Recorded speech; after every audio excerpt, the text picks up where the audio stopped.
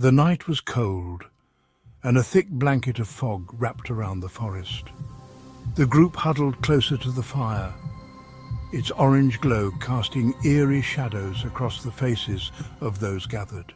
The storyteller leaned forward, his voice barely more than a whisper, as he began his tale. Let me tell you about something that's been haunting these woods for centuries, a creature that's as old as time and twice as hungry. Some call it a myth, but those who've seen it, well, they never lived to tell the tale. It's known as the Wendigo. The story starts long ago when these lands were home to isolated villages and Native American tribes. During brutal winters when snow piled high and food grew scarce, some men would lose their minds to the hunger. It's said that when someone grows desperate enough, they turn into something monstrous. One particular story comes from a tiny settlement deep in these woods. There was a trapper named Henry, a good man, strong and able, but the winter that year was the worst the settlers had ever known. The temperature dropped so low that the wind cut like a blade, and blizzards swallowed the sun for weeks on end. People couldn't hunt, couldn't fish, and worst of all, they couldn't escape. It wasn't long before the food ran out. Desperation set in. Families huddled in their small cabins, gnawing on leather belts and bark. Then, one night, Henry's neighbour, an older man named Jacob, disappeared. No one saw him leave, but his wife swore she heard something out there scratching at the window. Henry and the other settlers searched for days, but there were no tracks, no signs, just the endless howling wind. People whispered that he'd wandered off, maybe taken by madness. But Henry knew better.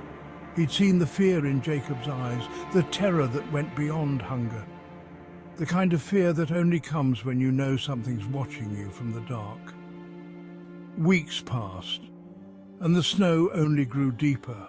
Then, just as suddenly as he'd gone, Jacob returned. But he wasn't the same. His eyes were wild and sunken, and his clothes hung loose on his frame. He looked thinner somehow, as if the very air around him was devouring him from the inside out. When he walked into the village, people gasped and stepped back. He didn't say a word, just stared at them, mouth half open, like he was tasting the air. Henry tried to speak to him, tried to find out where he'd been, but Jacob wouldn't or couldn't answer. All he did was point, a trembling finger aimed toward the forest. "He's coming," Jacob whispered. "He's hungry." Then, as he lay awake in the darkness, he heard it, a low, mournful wail drifting through the trees. It was a sound unlike anything he'd ever heard, part howl, part scream, and something else, something wrong.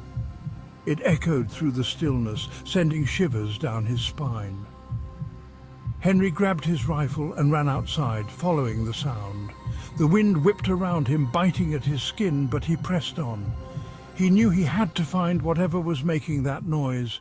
As he neared the edge of the forest, he saw movement between the trees, a shadow impossibly tall, sliding between the pines. And then he saw it. The creature was like a man, but stretched and twisted. Its limbs were long and bony, the fingers ending in sharp black claws. Its skin was pale, almost translucent, stretched tight over a skeletal frame. But it was the eyes that froze Henry in place, glowing yellow, like lanterns in the dark, filled with a hunger so deep it made his stomach twist. It opened its mouth, a wide, gaping maw filled with jagged teeth, and Henry knew this was no man. It was the Wendigo, the spirit of the hungry forest, the embodiment of greed and starvation. But what struck him most was that it looked familiar. Hanging from the creature's antler-like horns were shreds of cloth, a torn jacket sleeve, Jacob's jacket sleeve. The thing's face, distorted and hollow, still held a twisted resemblance to the man it had once been. With a scream, Henry turned and ran, stumbling through the snow, branches tearing at his clothes. He didn't stop until he reached his cabin, slamming the door behind him and barring it tight. The wailing continued all night, circling the village, but the creature never came close. By morning, Henry knew what had happened. Jacob hadn't just starved, he'd become something else. When a person gives in to the hunger, when they resort to unspeakable things, they don't just die, they transform. The Wendigo isn't born, it's made. Henry warned the others, but by then it was too late. People started vanishing one by one, taken by the creature that had once been their neighbour. Some tried to leave, but they'd find their path blocked by deep snow and strange tracks. Hoof prints like those of a massive deer, but twisted, unnatural. No one knows what happened to Henry after that winter. Some say he fought the Wendigo, others that he went mad and wandered into the forest himself. But the village was abandoned, left to rot in the snow. All that remains are whispers and those claw marks, deep gouges in the trees, marking the territory of something ancient and ravenous. So, if you're ever out here, alone in the woods, and you hear that mournful wail, don't follow it. Don't look for it. Because if the Wendigo finds you, it won't just kill you, it'll make you just like it. Another twisted, empty shell, doomed to wander these woods forever, always starving, always hunting. The storyteller's voice trailed off, leaving the campfire in silence. The group glanced around nervously, half expecting to see glowing eyes watching them from the darkness beyond. The fire seemed a little dimmer, the woods a little closer. And somewhere deep in the forest, a low, chilling howl echoed through the night. "Did you hear that?" someone whispered, but no one dared to answer.